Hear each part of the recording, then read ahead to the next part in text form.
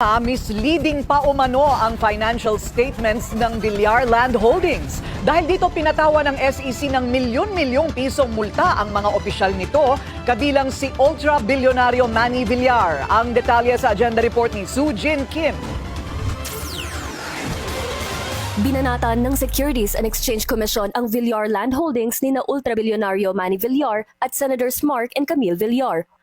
Unang nilabas sa Billionario.com na tinanggihan ng SEC ang request nito para i-extend ang pagpapakita nito ng kanilang 2024 annual financial statements at 2025 first quarter report. Hindi tinanggap ng SEC ang palusot ng mga Villar na naantala ang audit dahil sa valuation ng Villar City. Giit ng komisyon, hindi pwedeng magpalusot. Ang deadline ay mandatory at non-negotiable. Ilang beses na rin daw binigyan ng palugit ang Villar Land hanggang June 30, pero ligwak pa rin. Batay sa record ng SEC, naglabas ang kumpanya ng current report noong March 28 na nagpapakitang inaprubahan na ng board ang paglalabas ng 2024 financial statements kahit hindi pa tapos ang audit. Flinag ito ng komisyon na makapanlin lang.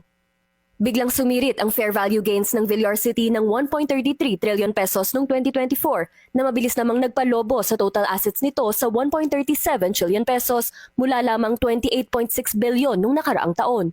Ang malaking revaluation na ito ang nagpasirit sa kita ng kumpanya ng hanggang halos 1 trilyong piso, isang malaking lundag mula 1.46 billion lang noong 2023. Pinatawa ng tigi 1 milyong piso ang mga direktor at opisyal ng kumpanya, kabilang ang pamilya Villar, dating Senate President Manny Villar, mga anak nitong sina Senator Mark at Camille Villar at ang kapatid na si Paulo. Umaabot sa 12 milyong piso ang fixed fines.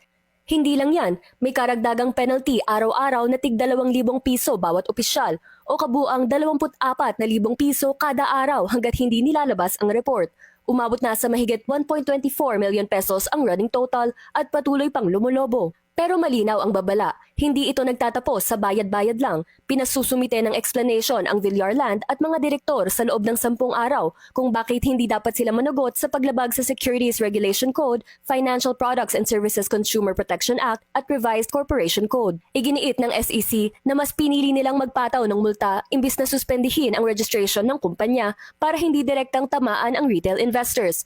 Malinaw mula sa order ng SEC na may matinding pressure sa Villar Land na linisin ang financial reporting nito o maghanda na lang sa lumulobong multa at posibleng civil o criminal charges. Para sa agenda, Soo Jin Kim, Billionaire News Channel.